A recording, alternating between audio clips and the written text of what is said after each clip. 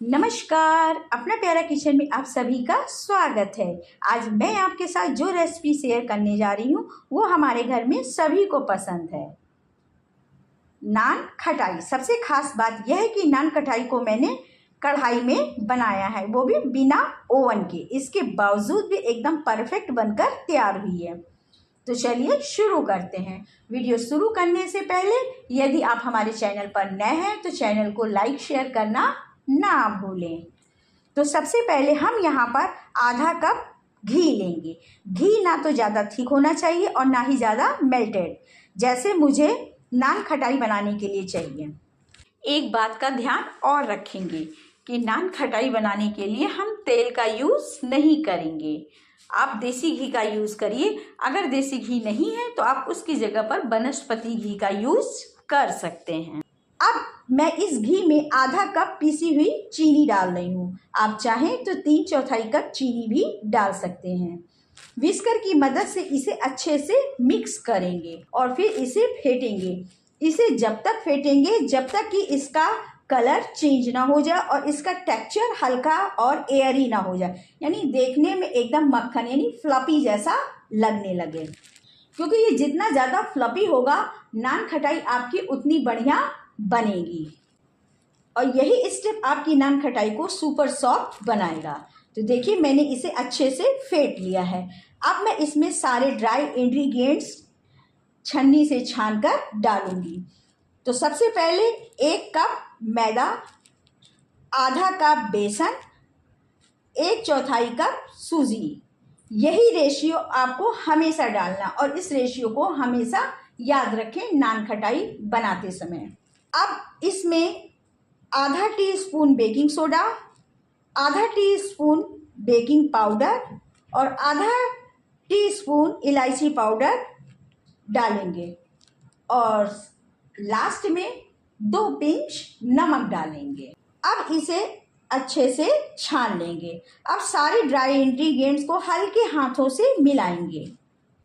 एक बात का और ध्यान रखना है कि इसे पूड़ी के आटे या रोटी के आटे की तरह इसके डो को नहीं लगाना है, बल्कि हल्के हाथों से इसे इकट्ठा करके बांधना है। जैसे कि हम मिक्सचर को हाथ में उठाएं और ऐसे बंद करें तो ये टेक्सचर आना चाहिए। यदि आपको लगे कि आपका मिक्सचर ड्राई है तो आप इसमें थोड़ा सा घी और डाल दें, लेकिन एक बात का ध्यान जरूर रखें कि इसमें दूध और पानी का यूज बिल्कुल भी नहीं करेंगे। तो देखिए मेरा मिक्सचर अच्छी तरह से मिक्स भी हो गया है और ये बंधने भी लगा है। देखिए तो आप समझ जाइए कि आपका मिक्सचर एकदम परफेक्ट है और एकदम तैयार है। अब मैं इसे रेस्ट करने के लिए 15 मिनट के लिए रख दूंगी। आप चाहें तो इसे फ्रिज में भी रख सकते हैं, जिससे कि अच्छी तरह से सेट हो जाएगा। जब तक ये रेस्ट कर रहा है तब तक हम बेक करने की तैयारी कर लेते हैं। तो एक कढ़ाई लिए, इसमें मैं नमक डाल दूंगी और ये स्टैंड रख के और इसे कवर करके 10 मिनट के लिए प्री हीट होने के लिए रख देंगे। देखिए मिक्सचर अच्छी तरह से सेट भी हो गया है।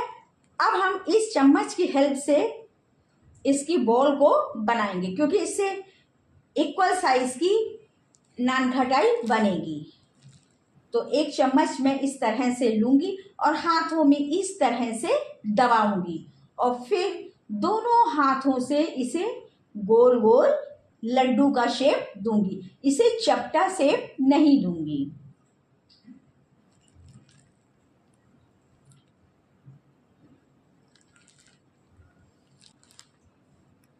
नान खटाई बनाते समय इस बात का जरूर ध्यान रखें कि नान खटाई को चपटा ना करें, बॉल का ही शेप दें। अगर चपटा करेंगे तो नान खटाई हार्ड हो जाएगी, इसलिए बॉल का शेप दें।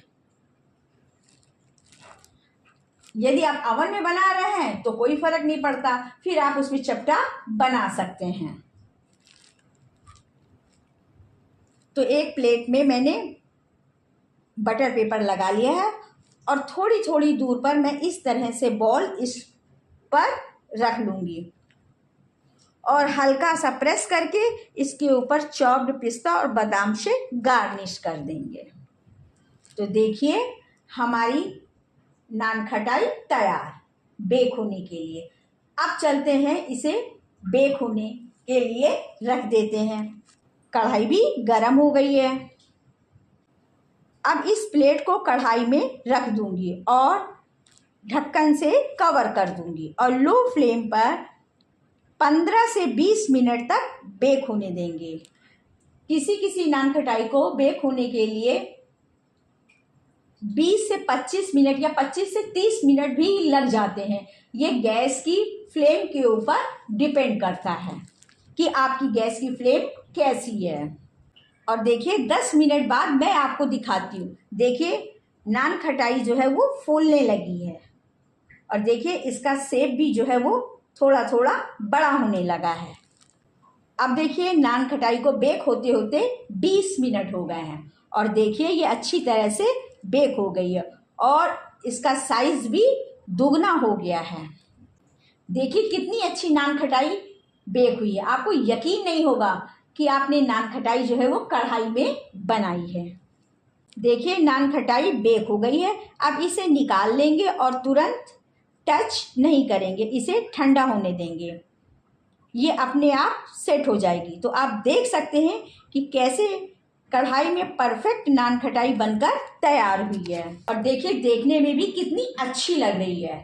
अब मैं आपको इसे तोड़ कर दिखाती हूँ। देखिए अंदर का टेक्सचर कितनी अच्छी तरह से एकदम फुसफुसी, मुंह में रखो घुल जाए, ऐसी नान खटाई बनकर तैयार हुई है। यदि आपको मेरी ये रेसिपी पसंद आती है तो प्लीज़ इसे ज़्यादा से ज़्यादा लाइक करें, शेयर करें और सब्सक्राइब करें। मिलते हैं अगले वीडियो में एक नई रेसिपी के साथ। Thank you. राधे राधे।